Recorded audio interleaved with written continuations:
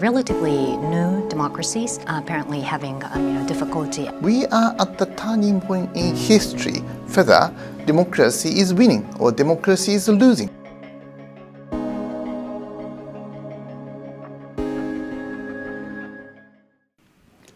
Hello and welcome to a special talk event on a very important subject, global democracy, its health, its future, and the implications for the Indo-Pacific region.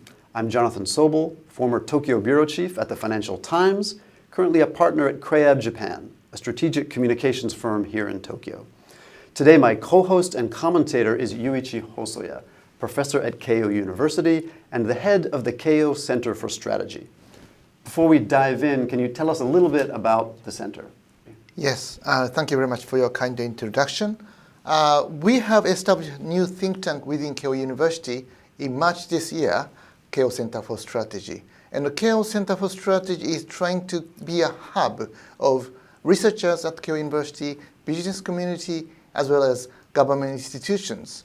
By combining these talents, we are trying to create discussion, rich discussion within the think tank, both internally and internationally. Great, thank you very much. Now, I'm very pleased to introduce our special guest today. She's Maiko Ichihara. She's a professor at Hitotsubashi University, an expert on foreign policy, human rights, and democracy. Thanks for joining us. Thank you for having me. So, the question in our title is democracy in decline? Professor Ichihara, you are an expert on this subject. You've also translated Larry Diamond's book, Ill Winds, which is all about the decline of democracy. What's your answer? Well, democracy in the international scene has actually improved since 1974 up until recently. And so we have seen some progress in democratization everywhere, for the past 40 years or so. However, since 2006, we have been unfortunately seeing what we call democracy's recession. The Indo-Pacific region is actually very unique in the sense that we have diverse type of political regimes from those outright autocracies like North Korea and China to those authoritarian countries that disguise as if they have actually free and fair elections, like those Indo-China countries, to those democratic countries that have been actually weakening their civil liberties inside of the countries like in Indonesia, India, the Philippines. And also, finally, we also have those democratic countries that are relatively resilient, like Japan, South Korea, and Taiwan. And what do you think accounts for the main difference between the resilient countries and the not so resilient countries? Well, one of the things which have been said oftentimes is that those relatively new democracies tend to have weak institutions and also value commitment in terms of liberal values. And so those countries like Indonesia and the Philippines that are relatively new democracies are apparently having difficulty actually consolidating the commitment to democracy. But what we have been seeing in the international scene outside the Asian region is that even those developed democracies have been weakening their institutions and also norm commitment, like the United States and European countries. Professor Hosoya, what do you think? Democratic recession?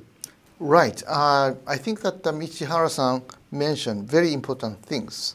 We are now at a critical moment in world history.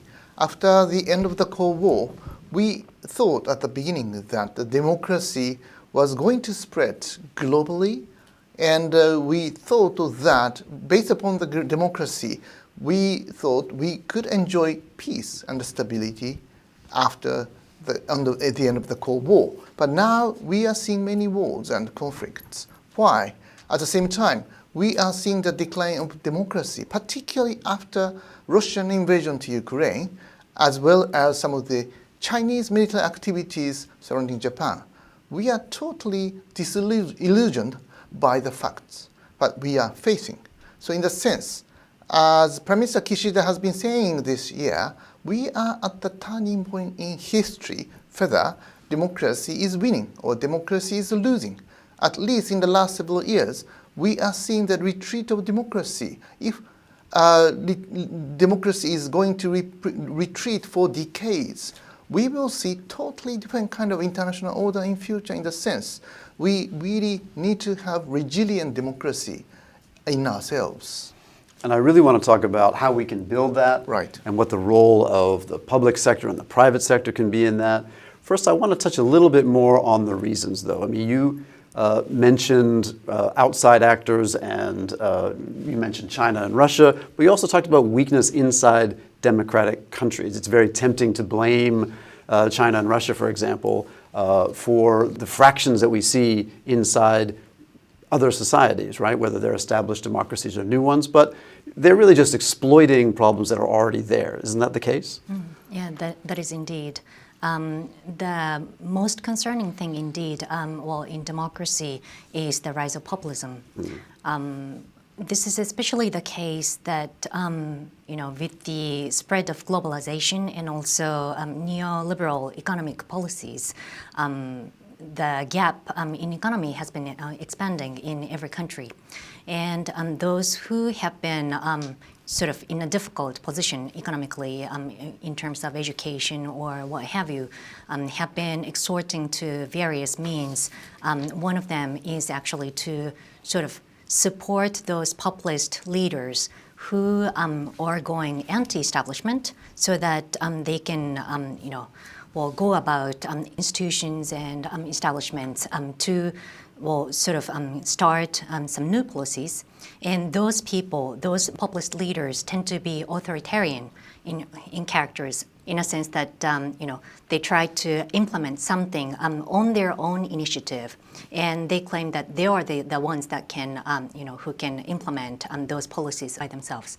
And also, they tend to have nativist sort of approaches, which is that they try to create some enemies inside of their countries, for example, amongst those immigrants or those who do not, share the ethnic background, religious background, and so forth.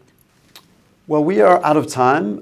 It's been a very stimulating and very timely discussion. I want to thank my co-host and commentator, Professor Hosoya, as well as our special guest, Professor Ichihara.